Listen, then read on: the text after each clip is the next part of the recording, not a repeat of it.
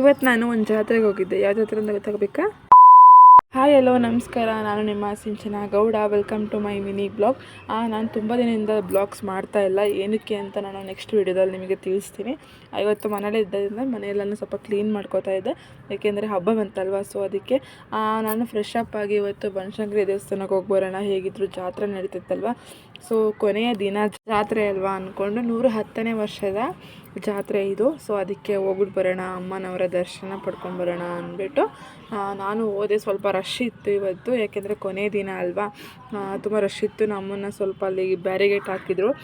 ಇವತ್ತೇನಪ್ಪ ಅಂದರೆ ಸ್ವಲ್ಪ ವೀಡಿಯೋ ಮಾಡೋಕ್ಕೆ ಕೊಟ್ಟಿದ್ದರು. ನಾನು ಸ್ವಲ್ಪ ಕ್ಯಾಪ್ಚರ್ ಮಾಡಿದ್ದೀನಿ, ಆ ವೀಡಿಯೋಸ್ನ ಎಲ್ಲ ಅಪ್ಲೋಡ್ ಮಾಡಿದ್ದೀನಿ. ನಾನು ಹೋದಾಗ ಇನ್ನೂ ಅಭಿಷೇಕ ಮಾಡ್ತಾಯಿದ್ರು. ಅರೌಂಡ್ ನಾನು ಹೋದಾಗಲೇ 12:30 ಏನೋ ಆಗಿತ್ತು. ಇನ್ನು ಅಭಿಷೇಕ ತುಂಬ ಚೆನ್ನಾಗಿ ಅಭಿಷೇಕ ಮಾಡ್ತಾಯಿದ್ರು. ಆಲ್ಮೋಸ್ಟ್ ಆ ಪೂಜೆ ಮುಗಿಯೋದೆ 4 ಗಂಟೆ ಅಂತ ಹೇಳ್ತಾಯಿದ್ರು.